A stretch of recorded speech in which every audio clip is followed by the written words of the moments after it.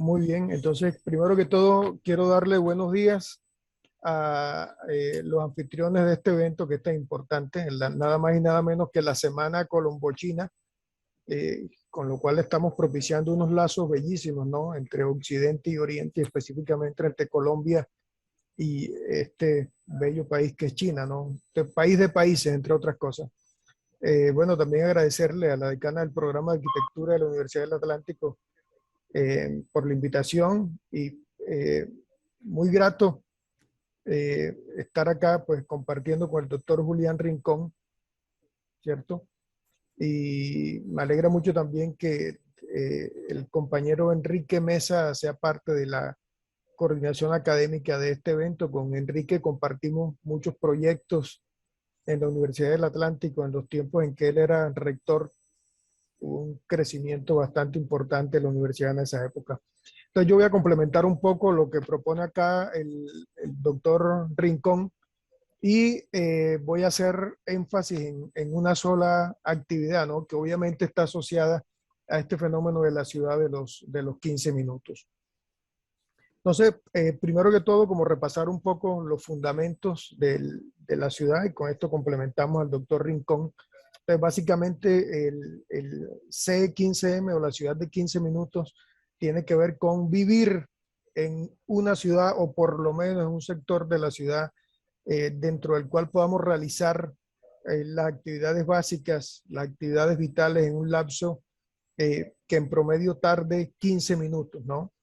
El precursor de esta idea, digamos, el que la ha sostenido Sí, teóricamente en los últimos años, sigue. ha sido el señor colombo francés Carlos Moreno, y obviamente basándose en algunos ¿Qué? planteamientos de Jane Jacobs. El profesor Rincón tiene el micrófono Así, abierto, así. hay que cerrárselo por fin. Sí, ahí. Bueno, vale. Y hay como cuatro principios básicos, ¿no? Dentro de este asunto de la ciudad de 15 minutos. Y uno tiene que ver con la desmovilidad, o sea, tratar de evitar al máximo los desplazamientos de mediano y largo plazo en coche.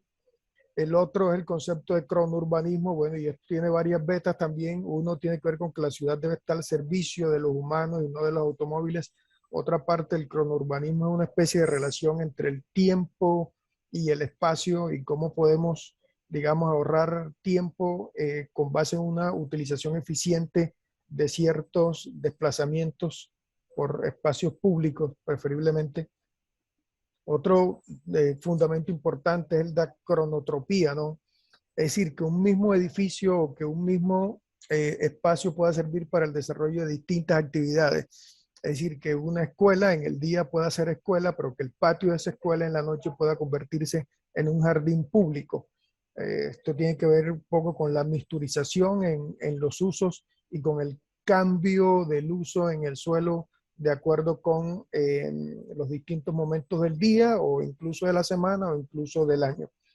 Y hay una parte que me interesa mucho que tiene que ver con el amor por nuestros barrios. Y esto tiene que ver con la creación de experiencias, ¿no? Que nos encanta vivir en los barrios, pero eso a mi modo de ver está atado con la experiencia de la vida.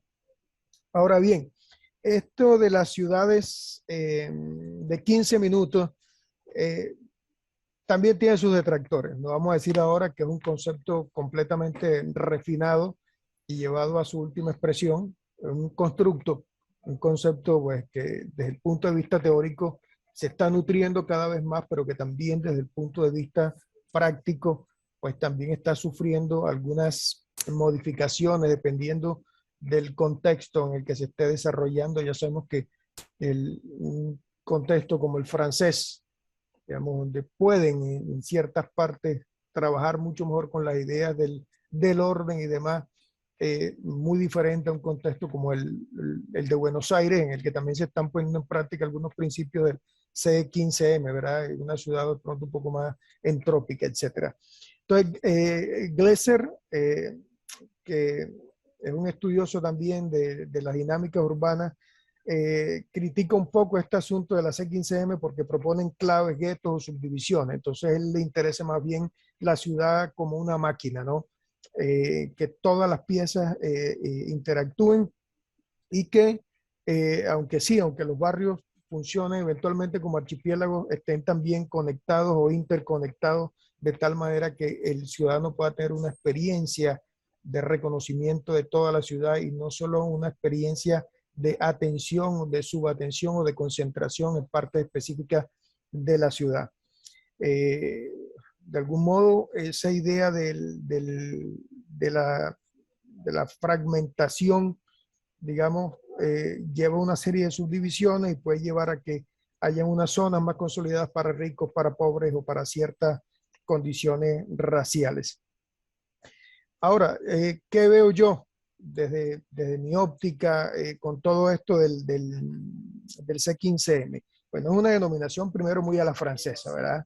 Es decir, algún poco un modo cartesiano, pero sobre todo una idea muy cronométrica y limitante solo en la nominación. Pues nosotros sabemos que la nominación no siempre está asociada con los contenidos, pero en este caso, desde mi punto de vista, basta con que me digan, tienes 15 minutos para que yo comience a estresarme. Entonces ahí veo yo una suerte de contrasentido, ¿no? Entre esa idea del tiempo y la idea de darle libertad, pero que también hay una contraposición con la idea de que uno puede utilizar 20, 30, 40 minutos, o sea, que no haya límite. Entonces me parece que esa idea del 15 es una idea marco me estresa y choca con la idea del buen uso del tiempo libre.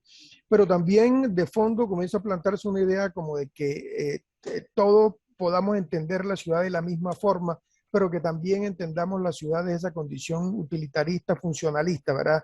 Es decir, la ciudad para el trabajo, la ciudad para el descanso, la ciudad para la educación. Y yo creo que la ciudad, si bien puede entenderse desde esa óptica, también puede entenderse desde unas ópticas muy personales. Es decir, no necesariamente yo voy a una escuela a educarme, yo puedo ir a una escuela a enamorar a una de las compañeras que están ahí o a una de las profesoras. A veces yo voy al trabajo no necesariamente a trabajar, yo puedo ir al trabajo a justamente descansar o alejarme del estrés que eventualmente me puede provocar el hogar. Pero también hay una idea, y eso lo podemos apreciar sobre todo en estos esquemas, ¿no? Obviamente no nos vamos a quedar con la idea del esquema, pero el esquema nos puede dar ciertas ideas, ¿no? De lo que está por debajo de todo esto. Y esa idea como del movimiento perpetuo, ¿no? Vamos y venimos, vamos y venimos, vamos y venimos. Es cierto, y una idea que ese ir y venir creo que está asociado también con esa idea del sobreconsumo y de la compra, del gasto también. Pero por otra parte, hay un asunto en el que creo que hay que tener mucho cuidado, porque si bien la C15M está planteando una idea de orden o de nuevo orden urbanístico, también puede generar nuevas congestiones o nuevos modos de congestión. Es decir, grandes aglomeraciones urbanas, sobre todo en épocas pico, por ejemplo, días especiales como Día del Padre, de la Madre, días que son especialmente comerciales, pero también problemas como los que se están presentando hoy en día en Bogotá, de inseguridad, robo de bicicletas, congestión por la vía de las bicicletas, etcétera.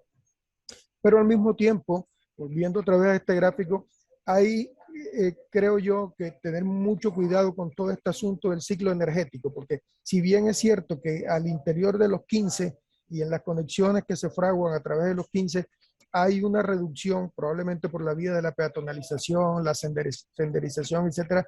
Obviamente hay una transferencia de gasto energético hacia otras zonas. Por ejemplo, hay que entonces llevar desde ciertas centralidades hasta la nueva centralidad educativa materiales, insumos, los docentes tendrían que transportarse y lo mismo con cada uno de los otros puntos. Entonces no sabemos si en efecto tengan que generarse todas estas descentralizaciones o eventualmente puedan generarse unas subcentralizaciones y demás. Bien, yo básicamente en el tiempo que me queda, que creo que son, ¿cuánto? 5 o 6 minutos, quiero pensar sobre todo en el asunto de la pausa. Entonces, ¿en qué coincidimos un poco este señor Edward Glaeser? ¿En qué coincido yo? ¿En qué coincide Carlos Moreno? En la importancia del caminar. Y yo quiero hacer énfasis definitivamente en eso, más allá de las bondades o de las cuestiones que haya que refinar de parte de esta teoría del C15M, creo que hay un gran cruce conceptual en esto de darle relevancia al caminar, independientemente de cómo vayamos a organizar la ciudad. Esto es algo que hay que promover definitivamente. Entonces, dentro de las perspectivas del caminar, pues obviamente hay cualquier cantidad de perspectivas teóricas. Me gusta mucho, por ejemplo, la de David Le Breton, y me voy a permitir leerla aquí brevemente, porque él plantea que en este tiempo contemporáneo, este tiempo de la inmediatez, el caminar es una forma de resistencia. Yo definitivamente coincido con eso. No caminar como forma de resistir, caminar como una forma de no ser frente a los grandes sistemas y frente al capitalismo salvaje y frente al superconsumismo. Entonces, caminar como abrirse al mundo, caminar para restituir el feliz sentimiento de la existencia. Había alguien que cuando le preguntaban a un budista, ¿verdad? Bueno, ¿usted qué hace? Él dice, no, yo básicamente como, medito, camino. Y el tipo decía, bueno, pero yo eso lo hago yo también. Y el budista decía, no, pero es que yo soy consciente de eso, de pronto tú no. De pronto tú caminas y no eres consciente de eso, tú meditas y no eres consciente de eso, en fin. Entonces, yo creo que aquí hay que incorporarle un buen componente al C15M que tiene que ver con el asunto de la sensorialidad, el asunto de la pausa, ¿no? Caminar, pero también pausar, no meterse solamente dentro de ese marco del tiempo y del ir y el venir, sino pausar, sentarse y vivir, digamos, distintos 15, multiplicar los 15. Entonces, una caminata transformadora, el disfrute del tiempo, evitar todas estas urgencias que prevalecen en nuestra vida contemporánea. Dice Le Breton que caminar es vivir el cuerpo. Caminar es vivir el cuerpo, provisional o indefinidamente. Entonces, recurrir al bosque, a los senderos, no nos exime de nuestra responsabilidad cada vez mayor con los desórdenes del mundo. Caminar para reencontrarnos con nosotros mismos. Caminar como la construcción o la constitución de una experiencia. Y eso se contrapone a lo que plantea Carlos Honoré en Elogio de la lentitud, ¿verdad? Eh, Cita a Larry Dossey y hablan de la enfermedad del tiempo. Esa idea de que el tiempo no nos alcanza, de que se aleja, de que no lo hay en suficiente cantidad. Pero también hay algo dentro del 15M que tiene que ver con esa idea del ahorro de tiempo. O sea, y yo no sé si nosotros verdaderamente estemos para ahorrar tiempo. A veces lo que queremos es utilizar el tiempo como nos dé la gana, no necesariamente como otra persona nos diga. Eh, la actual cultura de la inmediatez, de la velocidad, esta idea de remitirnos un poco también a lo que planteaba Marinetti en el manifiesto futurista de adorar la velocidad, pues nos lleva también a un agotamiento no solo físico, sino en cuanto a las relaciones humanas. A veces tenemos tanto tiempo para estar frente a la pantalla y muy poco para estar frente a nosotros mismos y frente al otro, frente al diferente o frente al que es empático con nosotros. Y un modelo, ¿no? Un modelo interesante, un modelo también polémico, un constructo más bien, diría yo, el del flaner.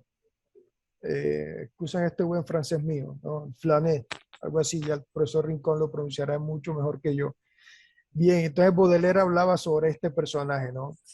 Este personaje que camina atento, el paseante, el que va recogiendo, que va acumulando detalles a su paso, el que camina sin rumbo, sin destino concreto, sin otro objetivo que caminar por caminar.